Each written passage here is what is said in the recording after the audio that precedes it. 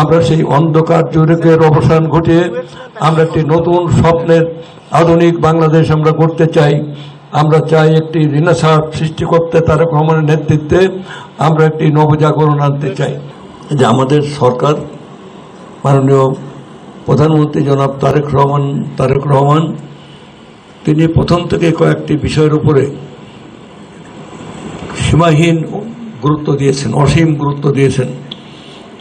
সেটা হলো যে আমাদের নির্বাচনে যে সমস্ত অঙ্গীকারগুলো আমরা করেছিলাম আমাদের নির্বাচনী ইশতেহারে এবং আমাদের রাষ্ট্র কাঠামো মেরামতের 31 দফায় এবং তার আগে আমাদের সাবেক প্রধানমন্ত্রী আমাদের সবারই মা গণতন্ত্রের মাতা বেগম খালেদা জিয়া প্রধানমন্ত্রী থাকার সময় আমরা যে 20 দফা কর্মসূচি দিয়েছিলাম এবং শহীদ প্রেসিডেন্ট জিয়াউর রহমানের 19 দফার যে কর্মসূচি সব কিছুকেই সমন্বয় করে আমরা প্রথমেই শুরু করেছি শহীদ জিয়ার দেখানো পথে। 17 ফেব্রুয়ারি তারিখে সকালবেলা আমরা 10টার সময় এমপি হিসেবে শপথ নিই। ওই দিনই বিকেল 4টে আমরা মন্ত্রী হিসেবে শপথ নিই, প্রধানমন্ত্রী হিসেবে শপথ নেন এবং তার পরের দিন 18 তারিখে অফিসে গিয়ে প্রথম দিনে আমরা 10,000 টাকা সুদসহ কৃষি ঋণ আমরা মওকুফ করার সিদ্ধান্ত নিয়েছি। সরকার সিদ্ধান্ত নিয়েছেন ক্যাবিনেট মিটিংয়ে ওই দিনই 18 তারিখে। আমরা এরপর থেকেই যে খাল খনন কর্মসূচি, যে কর্মসূচি যুগান্তকারী ঐতিহাসিক কর্মসূচি শহীদ প্রেসিডেন্ট জিয়াউর রহমান নিয়েছিলেন, তারই সুযোগ্য সন্তান তারেক রহমান তিনি এই খাল খনন কর্মসূচির ঘোষণা করেন এবং আপনারা খেয়াল করে দেখবেন যে ইতিমধ্যে একযোগে সমস্ত জেলায় উপজেলায় এখানে আপনার 2টা-3টা করে খাল খনন কর্মসূচি আমরা চালিয়ে যাচ্ছি এবং এটা সমস্ত খাল খননের পরে আমরা নদী খনন কর্মসূচি হাতে নেব। বর্ষাকালে যে সারফেস ওয়াটার আসবে সেটা নদীতে এবং খালের বিলে জলাধার তৈরি হবে।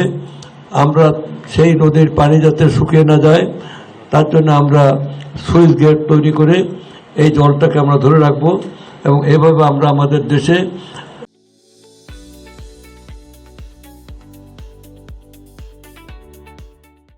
কৃষকের যে গণতান্ত্রিক অধিকার, কৃষক চায় স্বল্পমূল্যের সার চায়, বিনামূল্যে পানি চায়, এইটা হচ্ছে কৃষকের গণতন্ত্র। ভূমিহীন কৃষক জমি চায়, এটা হলো তার গণতন্ত্র। বেকার যুবক চাকরি চায়, এটা তার গণতন্ত্র। এবং মানুষ অন্ন চায়, বস্ত্র চায়, শান্তিতে সুখে স্বচ্ছন্দে বসবাস করতে চায়। এই সবগুলোকে নিশ্চিত করার দায়িত্ব বর্তমান সরকারের হাতে এবং আমরা একটি ফ্যাসিবাদী চরম দুঃশাসনের কাল অতিক্রম করে তাকে পরাজিত করে সেই যে জুলাই গণ অভ্যুত্থানের যে বিপ্লবী বীরেরা যারা অকাতরে জীবন দিয়ে তারা একটি ইতিহাস সৃষ্টি করেছেন, ফ্যাসিবাদের সেই ফ্যাসিবাদ পালিয়ে গেছে এবং ফ্যাসিবাদী আমলে এই দেশের শিল্প, সংস্কৃতি, শিক্ষা, আইন ব্যবস্থা, বিচার ব্যবস্থা, আদালত, প্রশাসন, পুলিশ এবং সিভিল প্রশাসন সব কিছুকে ধ্বংস করে ব্যাংক, বিমা, আর্থিক লগ্নকারী প্রতিষ্ঠানগুলোকে লুটপাট করে এই দেশে একটা চরম একটি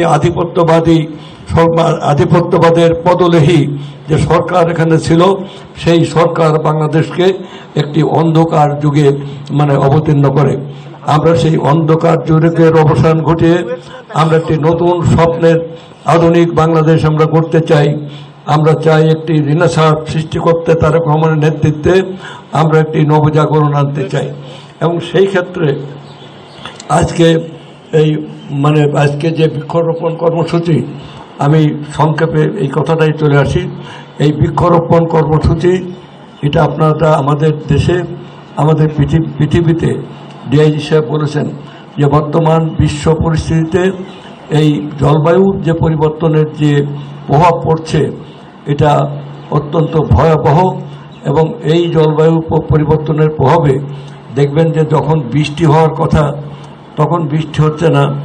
যখন আমরা শ্রাবণের ধারায় অবিশ্রান্ত শ্রাবণ বর্ষণে আমরা যখন মানে কখনো মানে যেটা উপভোগ করেছি, সেই শ্রাবণ মাসে বৃষ্টিটা কখন হয় কখন যায় এটা কিন্তু পর্যাপ্ত না। এখন সেই শ্রাবণ, কিন্তু শ্রাবণের ধারা কিন্তু ওভাবে আর প্রবাহিত হচ্ছে না।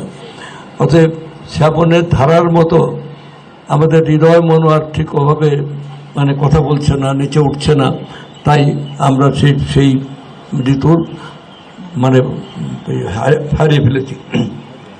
আষাঢ় শ্রাবণ এরকম, হয়তো জ্যৈষ্ঠ মাসে অনেক বর্ষা হয়েছে, তখন সেটা কিন্তু গ্রীষ্মকাল। অর্থাৎ এই যে পরিবর্তনগুলো, এই পরিবর্তনগুলো আমাদের মানে জীবজগতে, আমাদের পরিবেশে মারাত্মক ভয়ঙ্কর ক্ষতি সাধন করছে। এইটা পরিবর্তন আনতে গেলে আমাদের বৃক্ষরোপণ কর্মসূচি যেটা হাতে নেওয়া হয়েছে, এটাকে মানে যেটা আমরা লক্ষ্যমাত্রা মানে ঠিক করেছি, আমরা মনে করি যে এর থেকেও যদি আমরা বেশি পারি সেভাবে আমাদের বৃক্ষরোপণ কর্মসূচি সফল করা উচিত।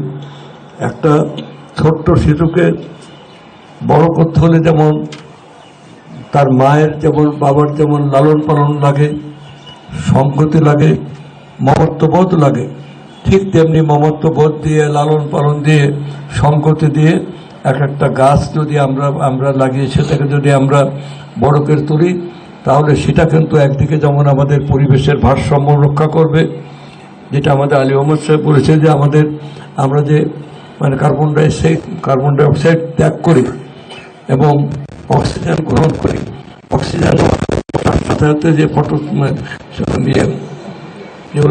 সিনথেসিস হয়, অর্থাৎ এই যে কার্বন ডাইঅক্সাইড যারা অক্সিজেন যেটা তৈরি হয়, সেই অক্সিজেনটা সাইন্টিফিক প্রসেস আর কি, সেই অক্সিজেন তৈরি হয়, এই অক্সিজেন আমরা গ্রহণ করি। গাছ অক্সিজেন দিনের বেলা ছাড়ে এবং রাতের বেলা কার্বন ডাইঅক্সাইড গ্রহণ মানে সেটা শোষণ করে নেয়।